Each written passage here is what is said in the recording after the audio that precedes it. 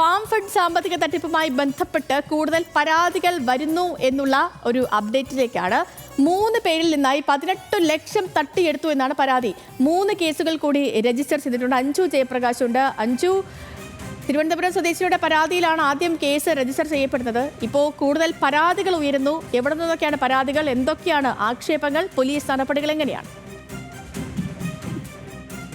സേതു, ഇതിപ്പോൾ 3 കേസുകൾ കൂടിയാണ് രജിസ്റ്റർ ചെയ്തിരിക്കുന്നത്. അത് തിരുവനന്തപുരം മ്യൂസിയം സ്റ്റേഷനിലാണ് ഈ കേസുകൾ എടുത്തിരിക്കുന്നത്.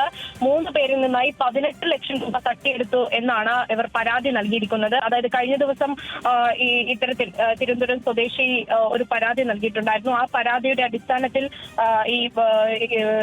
ഈ ഫാം ഫെഡിന്റെ ചെയർമാനും MD-യും ഉൾപ്പെടെ അറസ്റ്റിലായിട്ടുണ്ടായിരുന്നു. 4 ബോർഡ് മെമ്പർമാർ കൂടി പ്രതി ചേർത്തുകൊണ്ട് കേസും എടുത്തിട്ടുണ്ടായിരുന്നു. അപ്പോൾ തന്നെ ഈ പോലീസ് ഇതുമായി ബന്ധപ്പെട്ട കൂടുതൽ വിവരങ്ങൾ പറഞ്ഞിട്ടുണ്ടായിരുന്നു. അതായത് നിരവധി പേർ ഇത്തരത്തിൽ പരാതിയുമായി വരാൻ സാധ്യതയുണ്ടെന്ന്.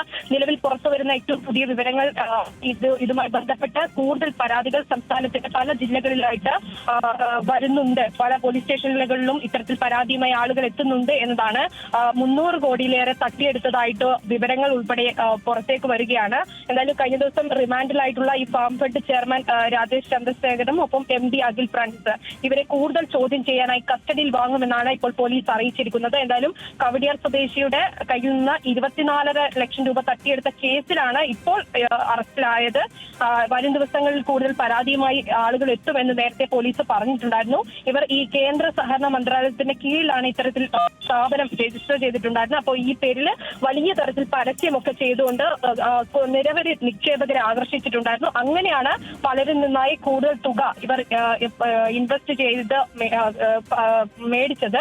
അത് റിയൽ എസ്റ്റേറ്റ് ബിസിനസിനും മറ്റ് വ്യവസായ ആവശ്യങ്ങൾക്കും ഒക്കെ ആയിട്ട് ആളുകളിൽ നിന്നും വാങ്ങിച്ച പണം നിക്ഷേപിക്കുകയായിരുന്നു. പിന്നീട് പല ഘട്ടങ്ങളിൽ ആളുകൾ പൈസ തിരിച്ചു ചോദിച്ച ഘട്ടത്തിൽ ആർക്കും തിരികെ നൽകാതിരിക്കുന്ന സാഹചര്യം വരുമ്പോഴാണ് പരാതി ഉയർന്നു വന്നിട്ടുണ്ടായിരുന്നത്. നിലവിൽ ലഭിക്കുന്ന വിവരം കോഴിക്കോട്, തൃശ്ശൂർ ഉൾപ്പെടെയുള്ള സ്ഥലങ്ങളിലാണ് കൂടുതൽ ആളുകളിൽ നിന്ന് ഇത്തരത്തിൽ തട്ടിയെടുത്തത്. അതായത് ഈ തൃശ്ശൂർ ദേശീയപാതയുമായി ബന്ധപ്പെട്ട ഭൂമി വിട്ട് നൽകി അതിൽ നിന്ന് പണം കിട്ടിയവരിൽ നിന്ന് അടക്കം ഇവർ ഇത്തരത്തിൽ നിക്ഷേപം സ്വീകരിച്ചിട്ടുണ്ട്. ഇവരും ഈ ഘട്ടത്തിൽ പരാതിയുമായി തൃശ്ശൂരിൽ പോലീസ് സ്റ്റേഷനിൽ എത്തിയിട്ടുണ്ട് എന്ന് മനസ്സിലാക്കി സാധിക്കുന്നു. എന്തായാലും 2008 ഇത്തരത്തിൽ ഈ കമ്പനിയുടെ പ്രവർത്തനം തുടങ്ങുന്നത്. കേരളത്തിൽ മാത്രം 16 ശാഖകളുണ്ട്. ചെന്നൈയിൽ ഉൾപ്പെടെ മറ്റു ശാഖകൾ. ശരി അഞ്ജു, ചെന്നൈയിലും കേരളത്തിലുമായി 16 ശാഖകൾ വഴി 300 കോടിയുടെ നിക്ഷേപം സ്വീകരിച്ചാണ് ഈ ഒരു വമ്പൻ തട്ടിപ്പ് നടത്തിയിരിക്കുന്നത്.